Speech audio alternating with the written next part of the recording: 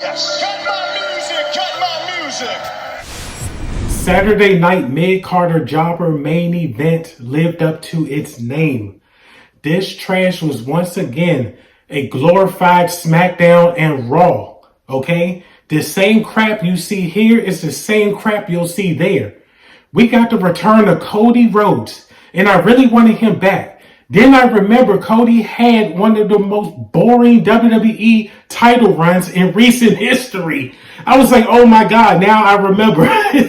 It's like when somebody leaves and then you want them back and then you get them back. You're like, oh God, now I remember why this person left.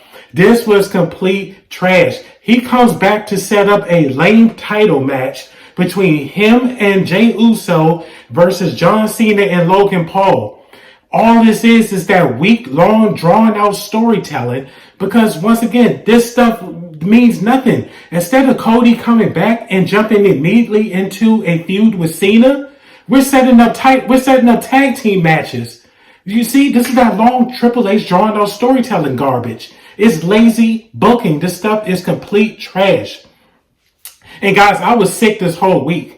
But this show was so bad, I had to come and do this video. I was going to start over next week, but this was just so terrible, I had to do this video.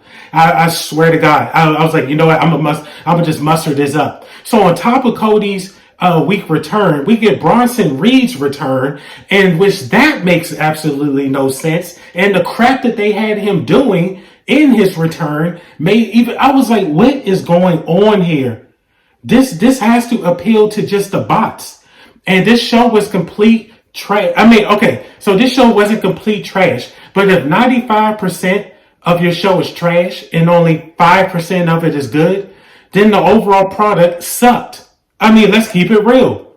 And I blame a lot of this on Triple H and the bot fans, okay? These are the same bot fans who sat there and encouraged on SmackDown when the Wyatt Six made a return. They ruined a 5-star banger tag team main event match between Fraxium and the Street Profits. And the fans are over here cheering, holy shit, and this is awesome, just for these jobbers to go disappear for another 6 months. This is the garbage I'm talking about. And these same fans are the same ones that be like, oh, there's racism and misogyny. The racism and misogyny in wrestling. And then you ask them, where is it at? And they can't point it out to you. They'll give you a few examples. They just can't point it out. This is the garbage that I'm talking about. Let's just jump into it. So we start off with what seemed like 7 to 10 minutes of straight up boring talking from Pat McAfee, Jesse Ventura, and Michael Cole. And I swear to God, the ads were out of control. It was like an ad was in the beginning, middle, and end of every show, every match. I was like, what the hell is this? This was insane. This was straight. It just kicks off the boring garbage. Let's keep it real. So we kicked this glorified SmackDown Raw. We kicked this off, because this is all it is, with a main event SmackDown Raw match between CM Punk and Sami Jobber Zayn, okay, versus Seth Rollins and Braun Breaker. This was a mid match. Do not let anybody fool you. This match was mid, okay? These people are in their 40s. You can tell they are coasting through these matches. For some reason, and so we got CM Punk. CM Punk hits the Pop Rocks, I guess to pay tribute to Roxanne Perez. For what reason, I do not know. I'm like, why the hell are you hitting the Pop Rocks? Whatever.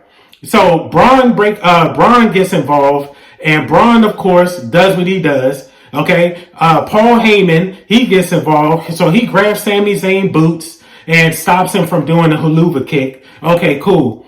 Then we get the return of Bronson Reed. I was like, why is Bronson Reed the third man? This makes no sense. You could have gave this spot to Austin Theory, who actually needed it. Why is Bronson Reed here helping out Seth Rollins when they were just feuding with each other a few months ago? This stuff makes no sense. This is nonsensical booking. I don't understand it. I really do not understand it. So Bronson comes back. Bronson sends CM Punk through the barricade, all right? Sami Zayn gets distracted, and he gets hit by a spear by Braun Breaker for the 1, 2, 3. And then I was like, okay, let's go back to the question. Why is Bronson Reed teaming with Seth Rollins after feuding with him months ago. Right before he left, he was giving this guy 7 tsunamis. And now all of a sudden, they even faced each other at Crown Jewel. Okay? They faced each other at Crown Jewel. This guy gets injured. Now he's back helping Seth Rollins out. I was like, yo, this makes no sense. And then let's ask another question. Okay? Why did Paul turn on Roman? So we're not going to get an answer to why Bronson Reed is helping Seth. And we're also, just like we're not going to end it, because I know we're not, because we never got an answer to why Paul Heyman turned on Roman. we just never going to get it. I mean, seriously, this is trash. This is complete trash. And then I was like, why is Braun Breaker? And you start thinking more. And so I'm like, hold on, why is Braun Breaker helping out Seth Rollins after Braun Breaker had the IC title belt? And so, when you have the IC title belt and you drop that belt, your next evolution is to the world title. Why is he with Seth and Seth is going for the world title himself? So what is he? So Braun Breaker is just a glorified lackey for Seth? Bronson Reed jumps on CM Punk's back. Then Seth and Braun hold CM Punk down. So Bronson Reed can give him tsunami. These guys all hugging. They standing tall together. Once again, this stuff makes no sense. This is the crap that we're starting out with. This is why WWE product is failing, and this is why they're losing ratings. Not as fast as AEW, but they are losing ratings. And don't let Triple H fool you. They are losing them. Okay, next up, we get Chelsea Green versus Zelina Vega, which this was a terrible match, and I'm actually surprised by this because both of these ladies can actually bring it, and I was very disappointed in this match. I really don't want to give it a lot of time because that's how bad it was. Zelina Vega was botched very hard in here, and it actually looks like she broke Chelsea Green's nose. I was like, Jesus Christ, this botch was terrible. So I was like, okay, we're just going to keep it moving. So we're going to pack that up. So Vega basically hits Chelsea with the code red off the top rope, whatever, for the win. Chelsea, once again, is doing the job, is looking like a jobber. And I'm just like, why is this happening? Why are you wasting these people in doing this garbage? It makes no sense. Chelsea Green is a great wrestler. Zelina Vega, I don't know why she's botching recently, but I don't know. She needs to talk to Tiffany Stratton, because Tiffany Stratton has elevated her game. So Zelina Vega, go holler at Tiffany Stratton, elevate your game, because I don't know what the hell is going on. So next up, we get the best thing about this whole pay-per-view is John Cena versus R-Truth, okay? Well, and let me just say this, R-Truth is a national treasure. R-Truth is a national treasure. This dude is so entertaining, and he actually understands the definition of what wrestling is about, entertainment. Because yes, you can go put on a 5-star banger, but can you get people emotionally invested? Truth can do that. So Cena comes out to his new entrance, talking about, he's you never seen 17, and, and he's graced us with his presence, which is good stuff. I love what Cena's doing here. His heel run is kind of mid, but I still love what he's doing. Okay. Very entertaining stuff. Even though this was an entertaining match, it was very short, so that was kind of disappointing. So this is crazy. So R-Truth comes out as Ron Cena. I was like, yes. This is what we needed. He comes out and, he comes out doing the John Cena stuff, throwing the towel out into the crowd, everything. The crowd loved it. This was good stuff. He had a shirt. This was awesome stuff. Cena basically destroyed him through this whole match. I mean, if you want to keep it real, Cena was just destroying him through his whole match. Ron Cena, okay, or I was going to say, Ron Cena was basically getting some good offense in. But of course, Cena dominated majority of this match. I mean, let's keep it real. And R-Truth was Ron Cena eventually was hit the 5 moves of doom, but Cena basically came back and packed him up. Basically, Cena was about to hit him with the belt, but then you can kind of tell Cena was having a change of heart. He was like, I can't do it to R-Truth. So he low blows R-Truth. Hits him with the AA, packs him up for the 1, 2, 3, and then after the match, he hits Truth with the belt. So basically, this is teasing. Cena obviously leaves, and then obviously this is teasing Cena eventually his face run again. Okay, he's eventually going to turn face. So they're just going to plant little seeds of him doing this kind of stuff and having sympathy for R-Truth. So we already know what's coming. Next up, we have a backstage segment with Jey Uso and John Cena. Jey basically tells John how he beat him. Okay. How he beat him, which you could tell just kind of pisses Cena off. Then Cena goes on to tell Jey, what will really ruin wrestling? If you were beaten by a YouTuber. And then basically tells Jey that he's going to be watching the match. So basically we're teasing Cena is going to be there for the main event. Okay? To help Logan Paul beat Jey Uso. Because, he's out to ruin wrestling. So I was like, okay, I like what's going on here so far. So next up, we got a decent match. Very kind of disappointing. We got a match between Damian Priest and Drew McIntyre. This is a decent match, but the overall feud is just boring. Just seriously, this is just a boring overall feud. Nobody cares about this stuff. And especially towards the end of this match, really pissed, I think, a lot of people off, especially the people there. They were hitting some decent spots. Priest basically teased that he was going to do a razor's edge off the side of the cage, which I was like, oh, that would have been crazy. But of course, that was just a tease. Drew hit the South of Heaven and the Claymore on Priest, but then he kicked out of both.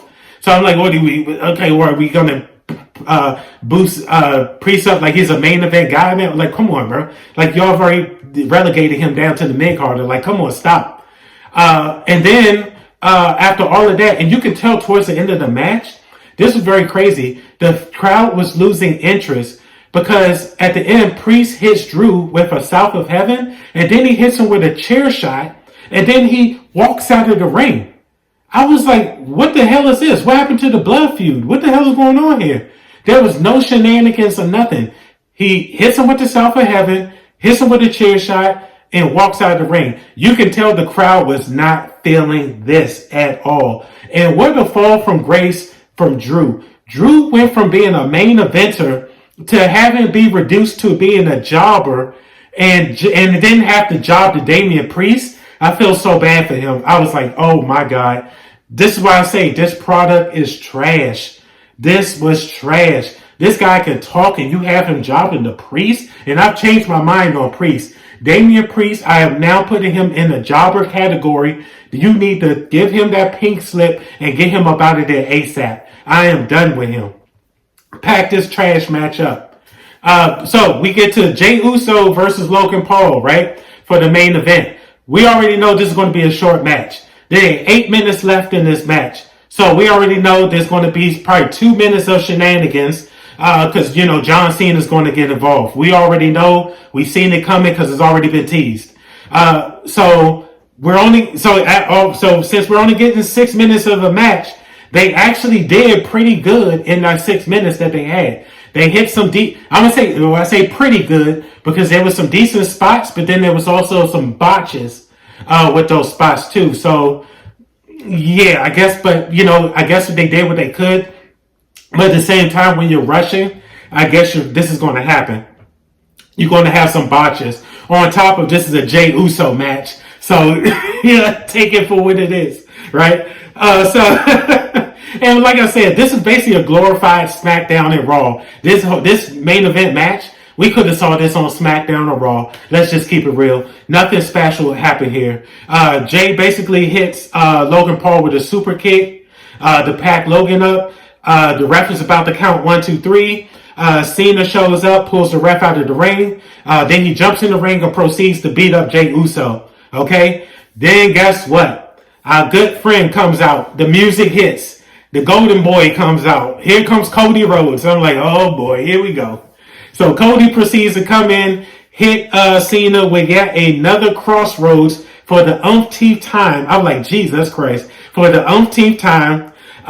Then Jey comes out, hits a spear, and then a splash on Logan. Cena and Logan end up running scurrying out the ring. So that was that. Cody gets on the mic and basically sets up a tag match for Money in the Bank between him and Jay versus Logan and Cena. Once again, drawn out storytelling when this man should be coming back and he should be immediately facing John Cena for the world title, but we gotta prolong the storylines. This stuff is complete trash. This was terrible. The only good thing about this pay-per-view, okay, about Saturday Night Jobber mid-event, the only good thing about this was the Cena versus Ron Cena match. The only good thing about this. Everything else was a glorified SmackDown and Raw. Okay? Don't be fooled. So, this is my review for Saturday Night Jobber mid-event. Like I said, I've been sick this whole week, but I just had to come and do this review. This was just so trash. So, hey, I appreciate you guys for the watch. Just remember, like, share, comment, subscribe, hit that bell notification. I appreciate you. This is the official Cut My Music Wrestling. Anybody else claiming to be so is a cheap imitation. And I really appreciate you guys. And I'm going to be back on track next week, so I'm going to get that Raw review out quick. And I really appreciate it. Hey, you guys be safe. Yes. Cut my music, cut my music.